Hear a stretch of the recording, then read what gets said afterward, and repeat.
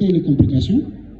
Et les complications que nous avons observées pendant notre rencontre, il y avait l'hypersensibilité et l'échec du bloc.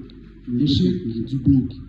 Parce que quand on parle d'un échec du bloc, c'est une complication ou c'est juste un échec anesthésique? Je dirais que c'est une complication parce que lors de la pratique, on réalise que le bloc est atteint.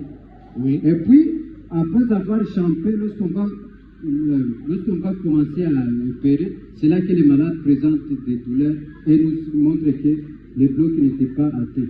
Donc, ça va déjà contraire de nos objectifs. Et là, on change les schémas directement.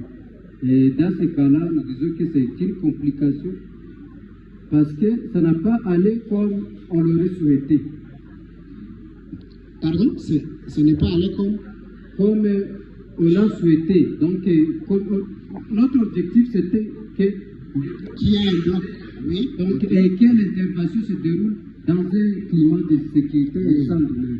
Et puis, lorsqu'il y a l'échec et qu'on réalise cet échec pendant l'intervention, c'est déjà, pour nous, c'est déjà une complication.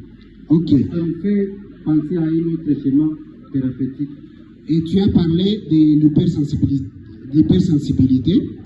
Parle-moi un peu des différentes complications, à part l'échec, qui, après l'injection de l'anesthésie, il y a un échec du bloc, et puis on improvise avec l'anesthésie générale, c'est ça?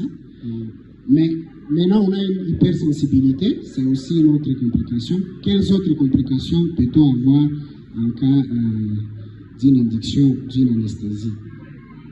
Les autres, à part les complications que nous avons eues, il y a d'autres complications telles que injection, on peut traumatiser les nerfs.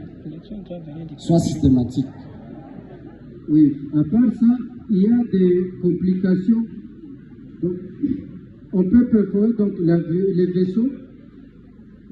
Il peut y avoir des lésions cutanées, il peut y avoir des toxicités. À part ça, il peut y avoir des allergies et voire même. C'était éco-guidé. Oui, c'était éco-guidé. Oui, souvent c'est éco-guidé. Oui, ça peut arriver qu'on traumatise